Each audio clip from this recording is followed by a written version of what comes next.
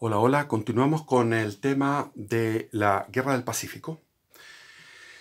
Es una lista de reproducción, yo pienso. No sé cómo hacerla porque no tengo idea de cómo hacer aquello, pero el que quiere lo va siguiendo, el que le interesa. Yo sé que va a tener menos vistas. Después voy a hacer uno sobre mi vida sexual y voy a subir el tiro de las vistas, así que no tengo problema. Por mientras que haya pocas vistas en esto, no importa. Lo sigue. Voy a leerles sobre los relatos de los cronistas soldados o soldados cronistas, que son aquellos que escribían cartas, aquellos que escribían diarios, aquellos que rememoraron escribiendo libros. Los libros se fueron imprimiendo hasta 1929 más o menos. Entonces hay distintos periodos en que ya viejitos ellos escribían sus memorias. Entonces hay un caudal inmenso de literatura que describe, describe la guerra por los mismos protagonistas. Y eso es lo que quiero leerles hoy. La mayoría de los autores de las cartas, diarios y memorias que analizaremos a continuación entendieron la guerra desde un lugar en el cual sentimientos opuestos se imbricaban. Así, un miembro del batallón Aconcagua nos relata en su diario la historia de un peruano destrozado a bayonetazos, cuyo cuerpo fue quemado vivo por sus camaradas. Lo que sorprende es que a renglón seguido de esta historia de horror y de muerte, el autor destaca la aparición de un bellísimo arco iris sobre el balneario de Chorrillos. Eso yo lo entiendo, porque yo me acuerdo cuando trabajaba duro en la pesca industrial, sobre todo. La pesca industrial es tremendo, es una pega tremenda. Entonces, en algún momento de descanso, lo que más hacíamos era fumar un cigarro. Y ahí me entendía por qué los cigarros se industrializaron en las trincheras de la Primera Guerra Mundial. Pero estábamos ahí, qué sé yo, después de las faenas de captura de la anchoa y en la pesca industrial. Y resulta que ahí, de repente, agotado, muy estresado, miraba una cosa epifánica, preciosa, el agua, qué sé yo, cosas así que a uno se le vienen. Porque la mente tiende a compensar el horror con una cosa hermosa. El bellísimo arco iris sobre el balneario de Chorrillos. La guerra como viaje al territorio de la alteridad de lo otro.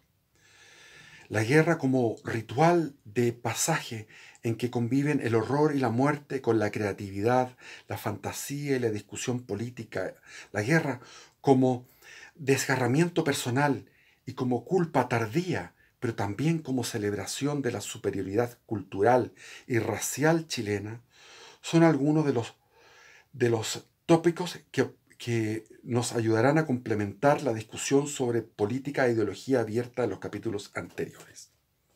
Las cartas de los combatientes recopiladas por Millares en el archivo privado de Benjamín Vicuña Maquena, esta historiadora se metió a estudiar este archivo, son las que nos entregan la versión más pura de la guerra, la más inmediata y menos reflexiva, personal y fragmentada, pero no por ello ajena a la difusión del ideario nacionalista. La cara oculta del enfrentamiento con Bolivia y Perú aflora en misivas como la escrita por el oficial Ricardo Canales, quien asoció el abatimiento del combatiente a las fuertes y encontradas impresiones que él recibía en el campo de batalla, el combatiente. Al principio, el soldado debía dominar el miedo, luego venía la exultación, seguida de una breve celebración por el triunfo.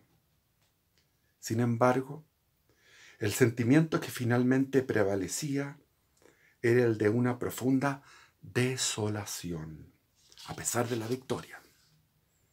Lo más terrible ocurría ciertamente al final del combate.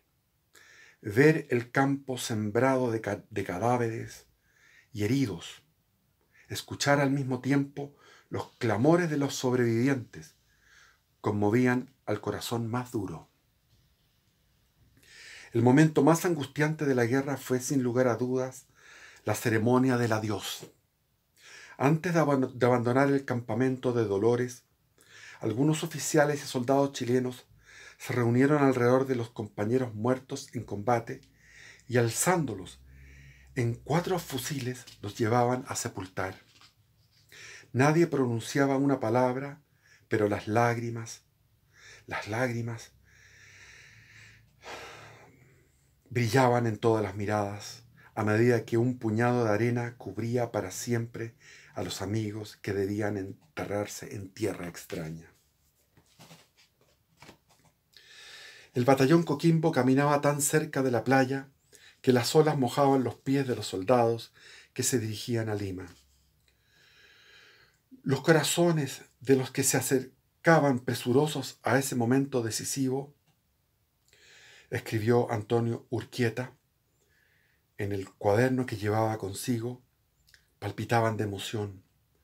Luego de su regreso a casa, Urquieta intentó volver a la vida a sus camaradas de armas, quienes, en medio de decenas de banderas flameando al aire y envueltas en el humo del combate, se dirigían a su prueba de fuego en la capital enemiga.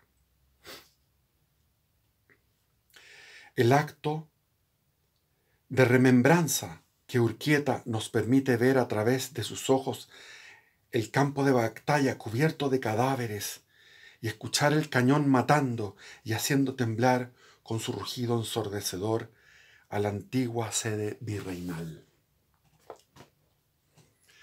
El desplazamiento espacial, como el experimentado por miles de expedicionarios a Perú, no solo ayudó a romper esquemas geográficos y temporales, sino que los enfrentó con lo ajeno, con lo extraño. El contacto con la diferencia forzó a la reanimación del valor de lo propio, es decir, del terruño, y en algunos casos del Chile-nación. Porque fue en el desierto, como se encargó de recordarlo un miembro del batallón Aconcagua, donde el combatiente finalmente contrastó su desamparo, su triste aridez, lo duro del desierto, lo comparaban con la memoria del recuerdo de las fértiles campiñas de la patria y los hogares queridos. Algo similar le ocurrió al soldado quillotano Abraham Quirós, otro de los que cuentan su historia en un libro, quien en una sucesión de cartas a su padre, me equivoqué, no era de eso, enviadas desde la sierra peruana, en la campaña de la sierra, reafirmó la superioridad de la civilización chilena frente a la barbarie del indígena.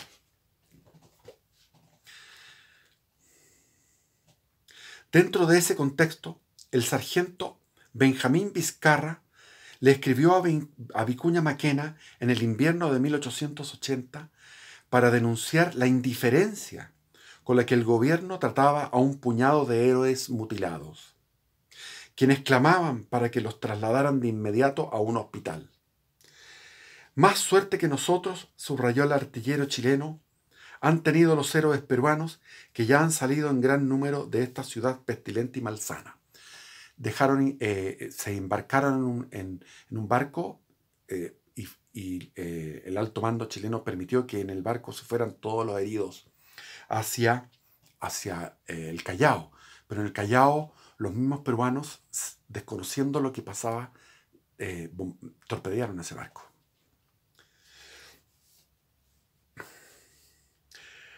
A lo que se refería el veterano en su memoria publicada en 1926 era a las penurias vividas por cientos de sus camaradas de armas. El hecho social y político de un desilusionado vino a recordarles a sus connacionales era que el gobierno negó a sus mejores hijos un mendrugo del festín costeado por las riquezas que ellos conquistaron. Esto está muy presente. Los gobiernos que sucedieron después, que son los que vinieron después de la derrota del 91, el gobierno de la fronda de la aristocracia castellano-vasca, que se dedicó a viajar a Europa y a vivir en el lujo y la opulencia, dejó a todos los que habían logrado aquel botín que era el salitre, los dejó mendigando en las calles de Santiago en sus provincias, en sus pueblos, mutilados, mendigando. Luego de la guerra, el gobierno entregó a 33 pesos a las clases, o sea, a los soldados, y 154 a cada subteniente. Con esta pequeña cantidad de dinero, los veteranos debieron cambiar en un plazo perentorio al honroso uniforme militar por el traje civil. Para mediados del año 81 era fácil estimar la magnitud del sacrificio de los servidores de la patria, quienes vagaban por las calles de Santiago envueltos en andrajos, apelando a la caridad pública para sobrevivir. Pero eso fue por 20 a 30 años en que los héroes, los sacrificados en las batallas, tuvieron que estar de mendigos. Porque hay que entender que en Chorrillos y Miraflores quedaron mutilados por lo menos unos 3.000 gallos, quedaron sin brazos, sin piernas. Y eso, hay una colección de fotos, donde están todas las fotos de todos estos héroes, de estos jóvenes chilenos. El primer intento de abordar la Guerra del Pacífico desde la perspectiva de los propios autores provino de la pluma de Benjamín Vicuña Maquena, gran escritor, quien en el Álbum de la Gloria de Chile, así se llama, el Álbum de la Gloria de Chile, dio inicio a un relato intimista y personalizado del conflicto armado que sostuvo Chile con sus vecinos. Publicado entre 1883 y 1885, el álbum ha sido descrito como un inmenso obituario en el que se agrupan las necrologías de todos aquellos heroicos militares y marinos que supieron merecer el sitial de honor de los héroes epónimos. Fiel a su visión de la guerra como una gesta ciudadana de corte estrictamente popular, Vicuña Maquena revivió las escenas conmovedoras de aquellos adioses en las que el pueblo entero se agrupó en la playa de Valparaíso para ver partir a los defensores de la patria. En su relato polifónico, que puede ser visto como un antecedente temprano de la narrativa bélica que floreció en las décadas siguientes, hay mucha narrativa bélica hasta 1930 más o menos, Vicuña logró combinar su voz con la de los caídos en combate. Como intermediario entre el soldado muerto y el público lector, el editor del álbum se convirtió así en la voz autorizada de la guerra y en el depositario de un legado que se revitalizaba en el contacto con la fuente histórica. No contento con ello, Vicuña también reforzó la noción, defendida en su momento por Isidoro Errázuriz, de que el heroísmo abría la puerta a la nivelación social. Delante de la gloria no hay, por lo demás, ni primeros ni últimos llegados, porque al reflejo de su luz radiante, como la del sol, todas las existencias se fundan en un solo, vívido e inmortal destello. Evidentemente que sirvió para ascenso social a muchos, y para otros, como acabo de decir, sobre todo los mutilados, terminaron en la mendicidad. De la biografía de uno de ellos debemos rescatar un par de ideas que se repiten en otras trayectorias de vida publicadas en el álbum. La primera es el hecho de que la guerra podía ser concebida como una suerte de viaje hacia la redención personal. La segunda, que ella no solo significaba la gloria para el combatiente, sino la posibilidad de una ansiada movilidad social. Se repite la idea y se desarrolla en varios párrafos. Este álbum de Vicuña Maquena, celebró la identidad individual y el tránsito hacia la gloria, pero también asoció la gesta personal al nombre de una provincia de Chile. Eso fue muy, muy típico. En la biografía colectiva de la guerra editada por Vicuña Maquena, Rafael Torreblanca fue asociado a Copiapó, Manuel Thompson a Valparaíso, Vivar a Colchagua, Carretón al Biobío, Los Serranos a Melipilla, Artur Bata Quirihue. Y cuando anduve en Chiloé, en Curaco de Vélez, está el ganador, el almirante en jefe, triunfador de Angamo, se me olvida el nombre. Se me olvida el nombre. El álbum, por otro lado, rindió tributo a todos los extranjeros que pelearon por la causa nacional. La República Vencedora se convirtió de esa manera en una nación universal, un crisol de provincias, pero también de países que aportaron la sangre de sus hijos a la causa bélica. Esto es muy notable. Ese fue el caso, por ejemplo, de Otto von Moltke, capitán del Chacabuco, quien a pesar de ser danés y de origen prusiano, puso su espada al servicio de su patria adoptiva, tanto en Angamos, Tarapacá, Tacna y Chorrillos, donde finalmente pereció luchando en el Morro Solar. El rostro de este hijo de un noble prusiano fue desfigurado, denunció Vicuña Maquena en el álbum, con, comillas, las cobardes cortaduras de los yataganes, los villanos peruanos que lo asesinaron, llegando hasta la profanación indígena y semibárbara, cortándoles las orejas y la nariz. Después vamos a nombrar algunos de esos extranjeros. El arte de matar. ¿Qué es la guerra? El arte de matar.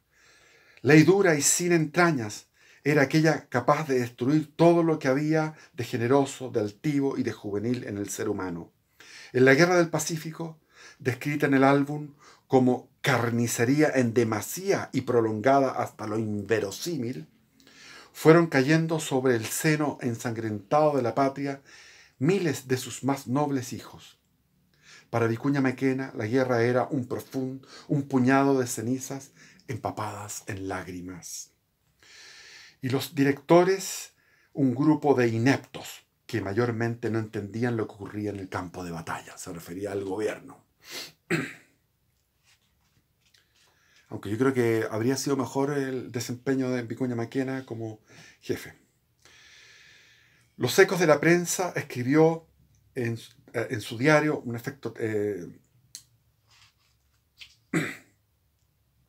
Las cartas que llegaban desde los campamentos militares a las oficinas de redacción de los periódicos eran publicadas y comentadas por los periodistas encargados de informar sobre la marcha de las hostilidades. Esto permitió la creación de una historia de la guerra en tiempo real, cuyos protagonistas fueron los mismos soldados. La agresividad de muchos periodistas para obtener información de primera mano fue un hecho que no dejó de provocar comentarios. Una carta anónima enviada a la sección remitidos del diario El Nuevo Ferrocarril indicaba que en vez de esperar las ocasiones para verificar de manera natural y oportuna los eventos de la guerra, muchos hombres de prensa forzaban las puertas de los testigos sin respetar siquiera el duelo de los esposos o la salud de los pacientes. Las visitas de Vicuña Maquena a los hospitales habían sido, por ejemplo, funestas para los soldados heridos. Con ellos conversó hasta 3 o 4 horas sin recordar el estado de debilidad en que se encontraban y menos la influencia moral que en muchos de ellos debía de ejercer los recuerdos del combate.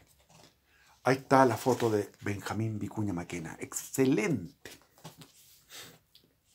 Cada vez lo admiro más. Por ello se suplicaba moderar la patriótica impaciencia y esperar un tiempo prudencial para recopilar las noticias que nutrían la curiosidad y promovían la fantasía de miles de insaciables lectores santiaguinos y provincianos. La disputa político-ideológica que sostuvo Vicuña Maquena con la administración de Aníbal Pinto, su contendor en las elecciones de 1876, lo empujó a formar una sólida, compleja y ubicua red de informantes y proveedores de información y de documentos en el teatro mismo de la guerra, red en la que comprometió desde soldados rasos hasta conspicuos generales entre 1879 y 1882. Fue reconocido como el jefe moral de la República de Chile, como el animador de sus ejércitos, del pueblo en armas, y como el cantor de las glorias de todos, de capitán a paje, de marinero a almirante. La mayoría de corresponsales destacados en el frente acudieron a su pluma para hacer pública tanto su situación personal como la de sus camaradas. Esta foto indica mucho cómo era este hombre. Así, la diseminación masiva de cartas, artículos periodísticos e incluso diarios producidos en el campo de batalla sirvió para nutrir las oficinas de redacción de los periódicos, pero también dio cierta visibilidad a un grupo de nobles narradores hasta ese momento desconocidos por los lectores chilenos. Fueron las historias reales de los cronistas soldados las que entretuvieron a una fiera llamada público, en un contexto que tiene que ver con la mercantilización de la esfera pública, pero también con la ampliación y la democratización de la misma. La guerra colaboró en propiciar un tráfico notable de información del mundo privado al mundo público y viceversa. El caso de Luciano Benegas, cuyo relato aparece en el mismo año que el álbum de la gloria de Chile. El tono de su escrito es jocoso e irónico respecto al relato nacionalista que dominaba la esfera pública. Venegas, un cadete provinciano, utiliza su Sancho en la guerra. El libro se llamaba Sancho en la guerra, o sea, él no estaba ni ahí con el patriotismo ni con el nacionalismo, para ejercer una crítica social, aunque coincide con los curas en el hecho de que la guerra del Pacífico era un acto de castigo y de justicia divina contra Bolivia y Perú. Ese es un texto, como le digo, menos encendido de patriotismo, que vale la pena. Sancho en la guerra. Daniel Riquelme es otro, autor de una serie de notables cuentos de guerra.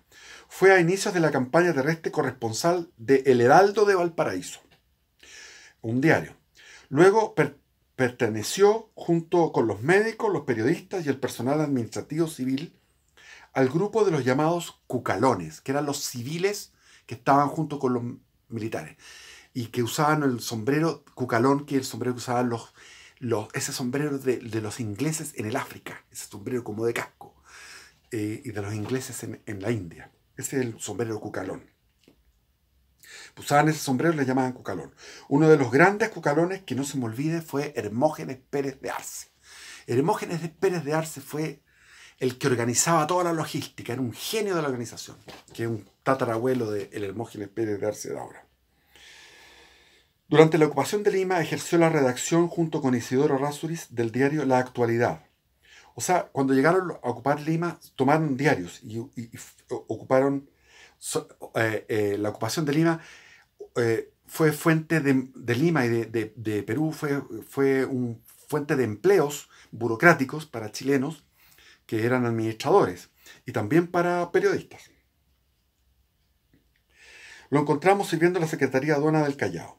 A pesar de no ser un soldado, Riquelme estuvo en contacto directo con la guerra, y es por eso que se le considera como uno de sus mayores popularizadores. Sus reminiscencias, al igual que las de Arturo Benavides o Carlos Alfaro, otros más, aparecen en un momento de crisis del ideario nacional, cuando lo que prima es la nostalgia de las glorias pasadas. Decía él: cuando no puedo prolongar la vida hacia adelante, quédame el consuelo de ensanchármela hacia atrás por los recuerdos. Es lo que me pasa a mí, como estoy aquí, puro recuerdo, pura historia. No puedo ensancharla hacia adelante, pero ya vendrá. Después sí, Alberto del Solar era uno de los cuicos que narró todo esto.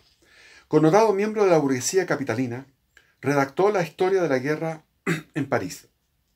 Miembro del batallón Carrampangue, que convocó a la crema y nata de la juventud santeguina, del Solar anotó en su diario de campaña la manera como él y un grupo de amigos tomaron la decisión de participar en la guerra entre el humo del tabaco y la espuma del champaña, en Santiago. En el prefacio de su obra, el oficial aseguró que el proceso de redacción de su diario ocurrió sin orden y sin arte, durante el tiempo libre que le quedaba entre las horas de la guardia nocturna o el bullicioso rumor del batallón en marcha. Utilizando una serie de apuntes desordenados, Del Solar escribió su texto durante su estadía en Europa. En el libro publicado, el oficial esbozó una interpretación psicológica de los peruanos, sociológica.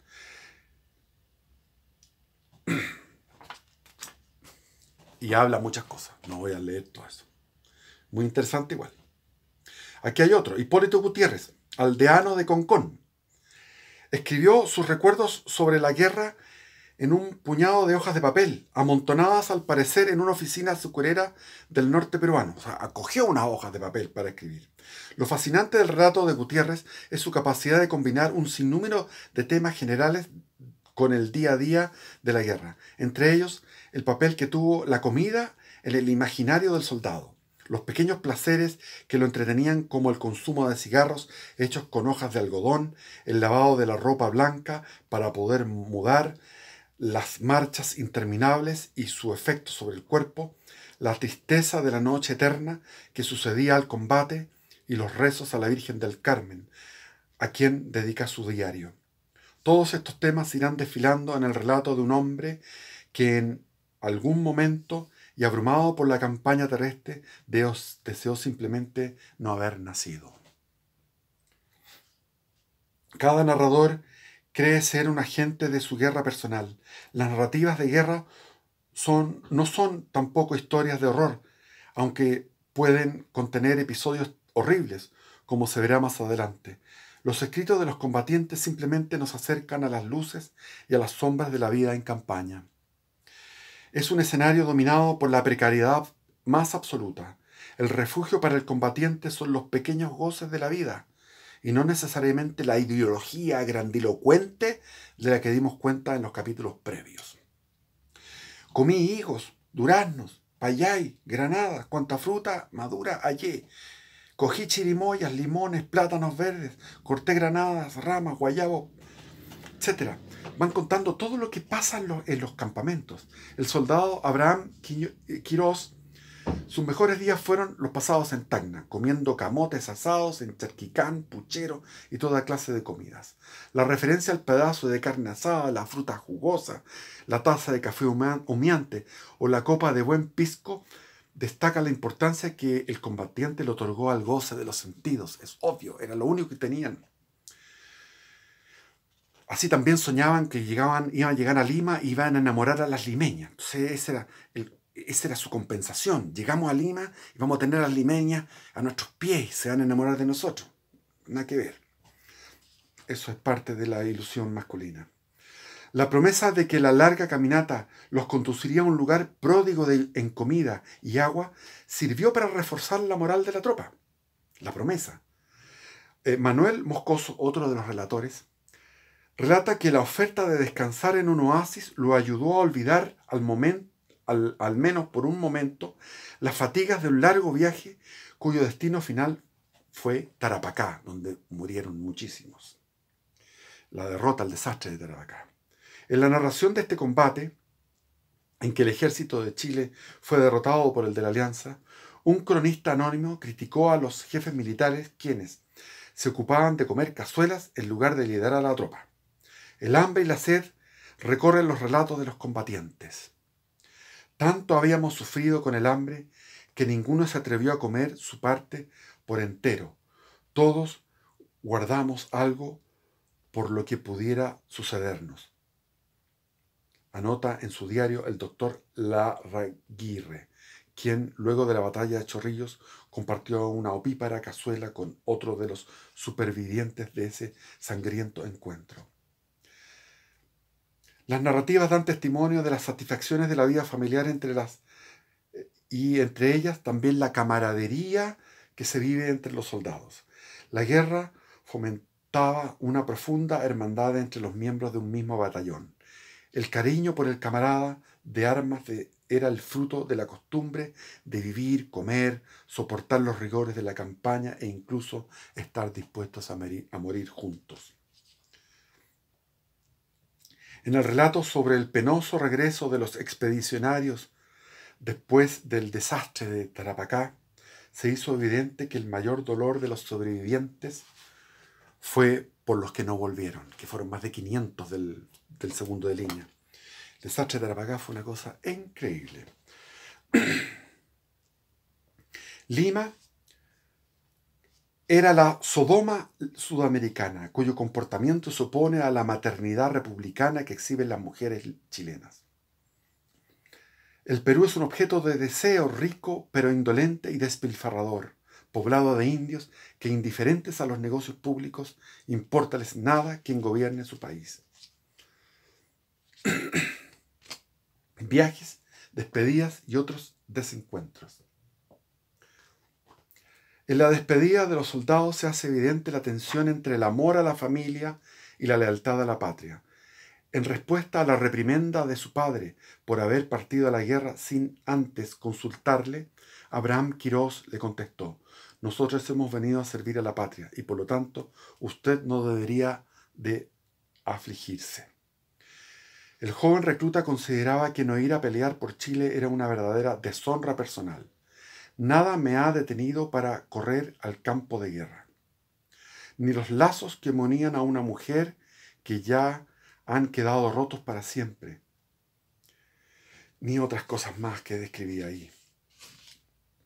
El oficial Villavicencio narró el momento de su partida cuando su madre lo vio ponerse el kepí militar. Los ojos enternecidos y suplicantes de su progenitora lo hicieron dudar por un instante entre el hogar y el deber como chileno.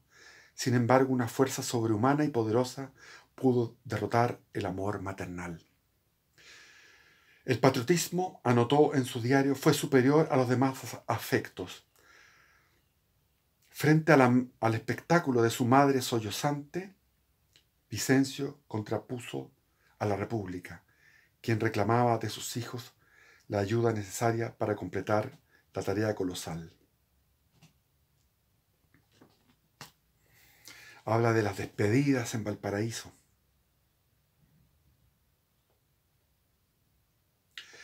Hipólito Gutiérrez ofrece una descripción detallada de la manera como vivió su particular ceremonia del adiós.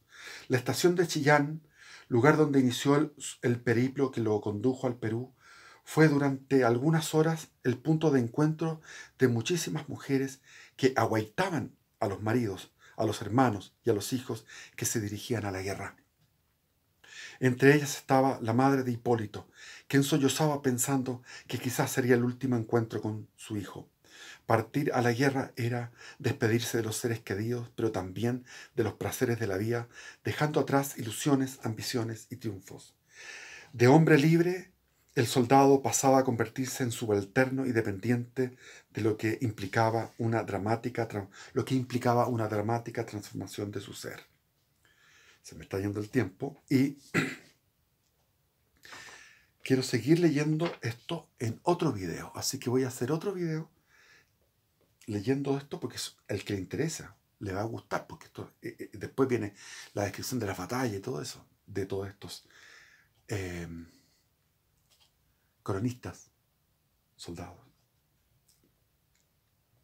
Cabe recordar que el desierto, el medio geográfico al cual se enfrentó el ejército chileno, se caracterizaba por cambiar constantemente de aspecto. La apariencia general de la provincia de Atacama, donde montículos y valles ondulados se destruían y reemplazaban debido a los fuertes vientos que los azotaban, colaboró en crear una sensación de precariedad e incluso de fatalismo que acompañaba al expedicionario a lo largo de todo su viaje. Pobres como